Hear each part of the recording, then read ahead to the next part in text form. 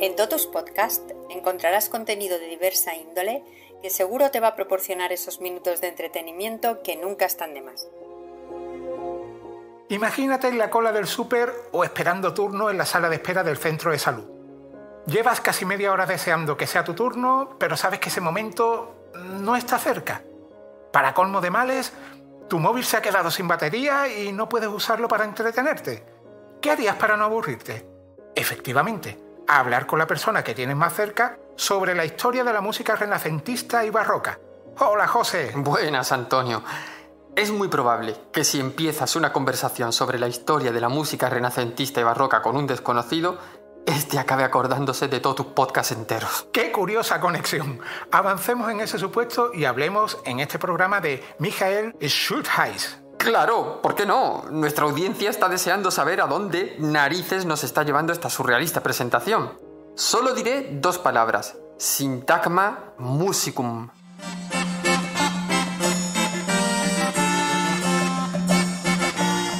Syntagma musicum. No es un encantamiento que el profesor Filius Flitwick enseñaba en las clases a las que asistían Harry Potter y su hermano Torfi. Syntagma musicum es un tratado sobre los instrumentos musicales que se usaban en los siglos XVI y XVII. Consta de 3 volúmenes que fueron publicados entre 1614 y 1620 y sigue siendo una obra de referencia para musicólogos. Gracias a este tratado escrito por Michael Schultheis se puede hacer un seguimiento en la evolución de la música, así que tiene su importancia. Michael Schultheis. Tenía nombre de centrocampista del Bayern de Múnich. De todas formas, no fue así como firmó su obra Syntagma musicum, porque unos años antes se cambió el apellido por el de Praetorius, y así pasó a la historia, como Michael Praetorius. Eso de latinizar los nombres o los apellidos era una especie de tradición común entre los académicos y los músicos durante el Renacimiento y el Barroco. El objetivo de este cambio era reflejar cierto estatus educativo y cultural. En el caso de este músico, cambió Schultheis por Praetorius porque ambas palabras venían a significar algo así como gobernante civil. Como acaba de decir José, estos cambios eran habituales en el ámbito académico para conferir un aire de prestigio o de erudición. El latín era la lengua de la cultura y de la ciencia. Así que vamos a hablar un poco de Michael Praetorius y luego veremos por qué su obra, Syntagma musicum, sigue siendo de las más importantes en el mundo de la teoría de la música. Por añadir más chicha a la anécdota del cambio de apellido, diremos que este músico, nacido en 1571, solía firmar sus obras con las iniciales MPC. La M de Michael, la P de Praetorius y la C de Kreuzburgensis, haciendo alusión a Kreuzburg, que es la ciudad en la que nació. Para seguir redondeando el rizo, decía que esas mismas iniciales, MPC, también significaba Mea Patria Coelum. Mi patria es el cielo. Se ve que la moda de latinizar las cosas a veces rozaba lo obsesivo. El padre de Michael fue pupilo del mismísimo Martín Lutero, así que toda la familia era luterana hasta la médula. El luteranismo fue, por decirlo brevemente, una división del catolicismo que enseñaba, entre otras cosas, que la Biblia era la única autoridad religiosa, desautorizando al Papa católico.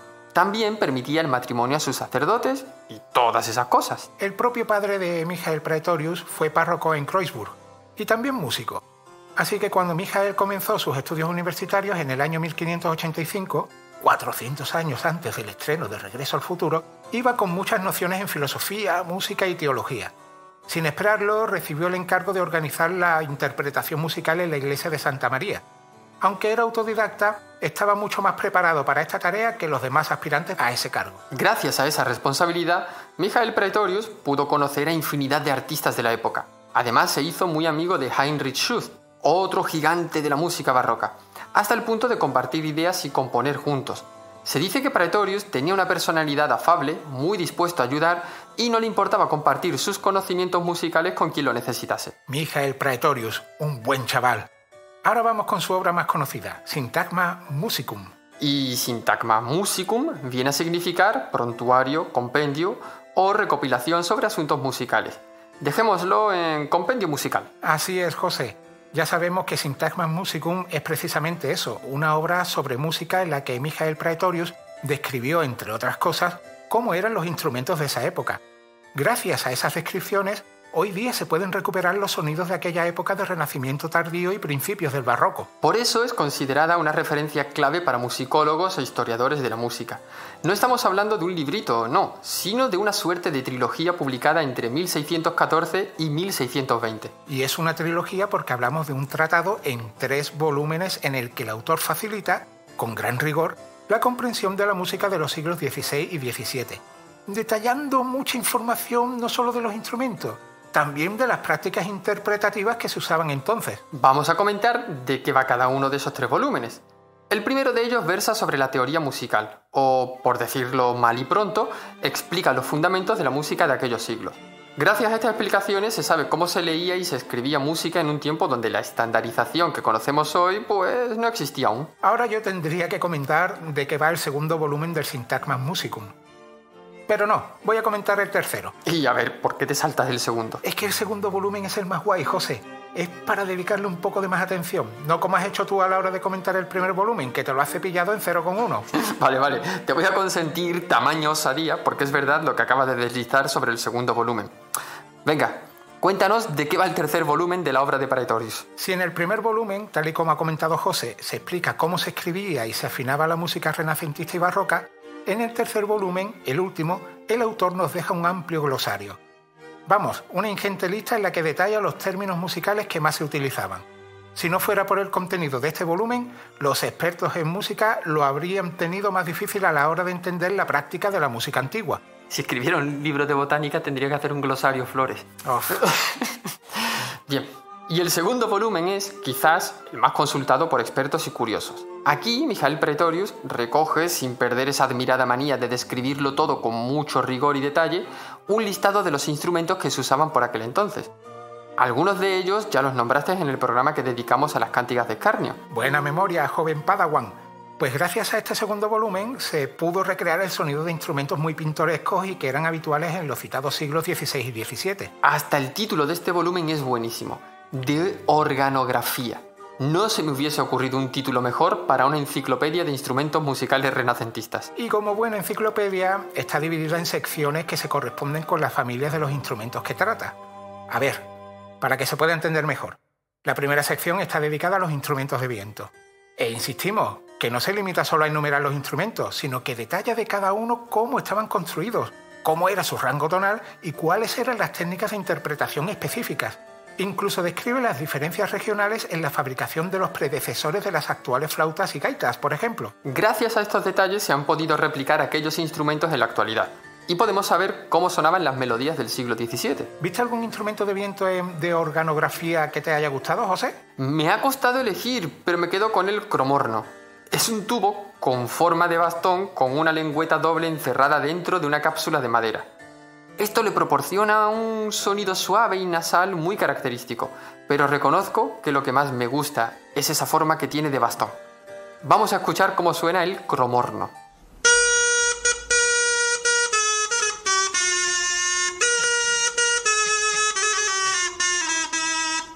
El autor no se olvida de los instrumentos de cuerda, como los violines, violas y laúdes. Sobre estos últimos, los laúdes, se desprende que eran instrumentos que gozaban de gran popularidad, ya que en De Organografía se puede ver un generoso catálogo de laúdes con distintas formas y tamaños. Antonio, de esta sección, ¿con qué instrumento te quedas? Me quedo con la tiorba, un tipo de laúd extrañísimo al que le pusieron un mástil al mástil. O dicho de otro modo, es un laúd con un mástil el doble de largo y que se puede afinar en 2 niveles distintos. Un clavijero a mitad de mástil y otro en el extremo. De la popularidad de los laúdes que has mencionado, la tiorba era uno de esos instrumentos de cuerda que gozaban de más fama, porque tenía capacidad para producir una textura polifónica muy adecuada para los Jimi Hendrix de la época. Presta atención, José, así suena la tiorba.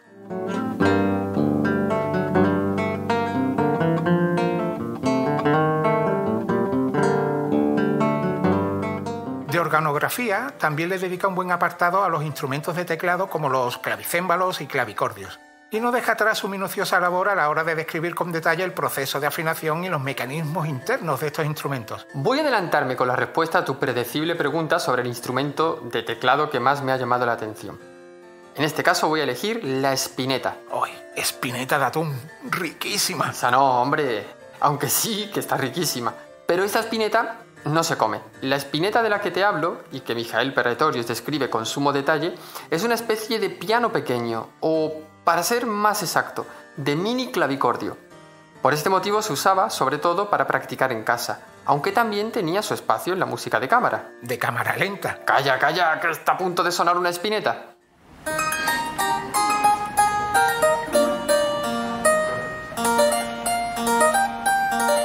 Y ya puestos, el autor hizo lo mismo con los instrumentos de percusión: tambores, campanas, panderetas e incluso las castañuelas. A ver, Antonio, que muchos sabemos que en su día jugabas a ser Ringo Starr. ¿Con qué instrumento de percusión de esta sección de la obra de Praetorius te quedas? Que sepas que sigo jugando a ser Ringo Starr cada vez que puedo. Pero claro, la batería aún no existía en los tiempos de Praetorius y difícilmente la pudo contemplar para su de organografía. Así que me quedaré con el pandero cuadrado. Con el pandero cuadrado nos vamos a quedar los dos si no vamos terminando el programa. Entonces seré breve. Se trata de una especie de pandereta que, en lugar de ser redonda, es cuadrada. Hasta ahí seguro que bien. Al contrario que las panderetas de los villancicos, no tiene platillo y el marco está cubierto completamente de piel. Por dentro tiene unas cuerdas tensadas de lado a lado que le proporcionan un sonido peculiar. Por un lado se toca con un pequeño palo y por el otro con la mano. Era sobre todo un instrumento que marcaba el ritmo en las aldeas y en los pueblos pequeños. Escucha, José.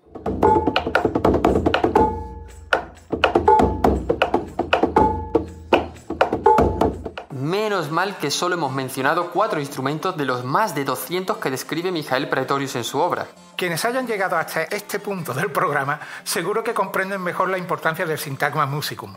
Hay que insistir en la idea que hemos ido repitiendo, que gracias a este trabajo tan minucioso sobre la práctica musical de aquella época, se han podido preservar y recrear con fidelidad los sonidos del Renacimiento y del comienzo del Barroco. Yo insisto en la idea de que nos vamos a quedar con el culo cuadrado si no nos levantamos en breve. La idea de grabar sentado en cajas de plástico para botellines fue cosa tuya. No hay dinero para más. Levantémonos o me quedo aquí pegado.